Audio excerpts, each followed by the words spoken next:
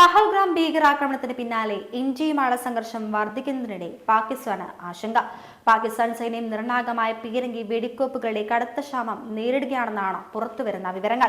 പാകിസ്ഥാൻ സൈന്യത്തിന്റെ യുദ്ധ പോരാട്ട ശേഷി വെറും 4 ദിവസത്തേക്ക് മാത്രമേ നിലനിൽക്കൂ എന്നാണ് നിർണായക വിവരങ്ങൾ. യുക്രൈനും ഇസ്രായേലുമായി പാകിസ്ഥാൻ അടുത്തിടെ നടത്തിയ ആയുധ ഇടപാടുകളാണ് പീരങ്കി വെടിക്കോപ്പുകളുടെ ക്ഷാമത്തിന് പ്രധാന കാരണം. ഇതവരുടെ യുദ്ധശേഖരം അക്ഷരാർത്ഥത്തിൽ വറ്റിച്ചു കളഞ്ഞു എന്ന് വേണം പറയാൻ. സൈന്യത്തിന് വിതരണം ചെയ്യുന്ന പാകിസ്ഥാൻ ഓർഡിനൻസ് ഫാക്ടറികൾ ആഗോളതലത്തിൽ വർദ്ധിച്ചു വരുന്ന ആവശ്യകതയും കാലഹരണപ്പെട്ട ഉൽപാദന സൗകര്യങ്ങളും കാരണം സപ്ലൈകൾ നിറയ്ക്കാൻ പാടുപെടുകയാണ്. പഹൽഗാം ഭീകരാക്രമണത്തിന് മറുപടിയായി ഇന്ത്യ അയൽ രാജ്യത്തിനെതിരെ സൈനിക നടപടി ആരംഭിക്കുമെന്ന് പല പാകിസ്ഥാൻ നേതാക്കളും ആവശ്യപ്പെടുകയും ചെയ്തിരുന്നു. ഇന്ത്യൻ ആക്രമണത്തിന് തങ്ങളുടെ സായുധ സേന ഉചിതമായ മറുപടി നൽകുമെന്ന് പാകിസ്ഥാൻ നേതാക്കൾ പറയുന്നുണ്ടെങ്കിലും അതത്ര എളുപ്പമാകില്ല എന്നാണ് റിപ്പോർട്ടുകളിൽ നിന്ന് വ്യക്തമാകുന്നത്.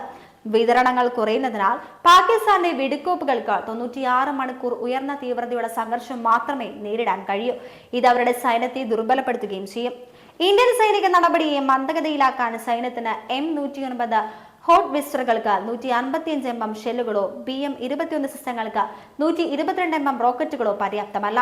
ഏപ്രിലിൽ പാകിസ്ഥാൻ 155 mm പീരങ്കി ഷെല്ലുകൾ യുക്രൈനിലേക്ക് തിരിച്ചുവിട്ടതായും ശേഖരം അപകടകരമാം വിധം കുറഞ്ഞതായും അവകാശപ്പെട്ടുകൊണ്ടുള്ള റിപ്പോർട്ടുകൾ പുറത്തുവന്നിരുന്നു. നിർണായക വെടിക്കോപ്പുകളുടെ അഭാവത്തിൽ പാകിസ്ഥാൻ പ്രതിരോധ ഉദ്യോഗസ്ഥർ വളരെയധികം ആശങ്കാകുലരും പരിഭ്രാന്തരുമാണ്. മെയ് 2 നടന്ന സ്പെഷ്യൽ കോർപ്പസ് കമാൻഡർമാരുടെ സമ്മേളനത്തിൽ ഈ വിഷയം ഉന്നയിക്കപ്പെടുകയും ചെയ്തിരുന്നു. ഇന്ത്യയുടെ ആക്രമണ സാധ്യത മുൻകൂട്ടി കണ്ട പാകിസ്ഥാൻ ആയുധപ്പറകൾ നിർമ്മിച്ചിരുന്നു. നേരത്തെ പാകിസ്ഥാൻ സൈനിക മേധാവി ജനറൽ ഖമർ ജാവേദ് ബജ്ജ സൈന്യം നേരിടുന്ന വെല്ലുവിളികൾ അംഗീകരിച്ച് രംഗത്തെത്തുകയും ചെയ്തിരുന്നതാണ്. ദീർഘകാല സംഘർഷമുണ്ടായാൽ ഇന്ത്യയെ നേരിടാൻ പാകിസ്ഥാന് ആയുധങ്ങളോ സാമ്പത്തിക ശക്തിയോ ഇല്ലെന്ന് അദ്ദേഹം വ്യക്തമാക്കുകയും ചെയ്തു. ഇനി എന്തൊക്കെ സംഭവിക്കുമെന്ന് നമുക്ക് കാത്തിരുന്ന് കാണാം എന്നല്ലാണ്ട് വേറെ എന്ത് പറയാൻ.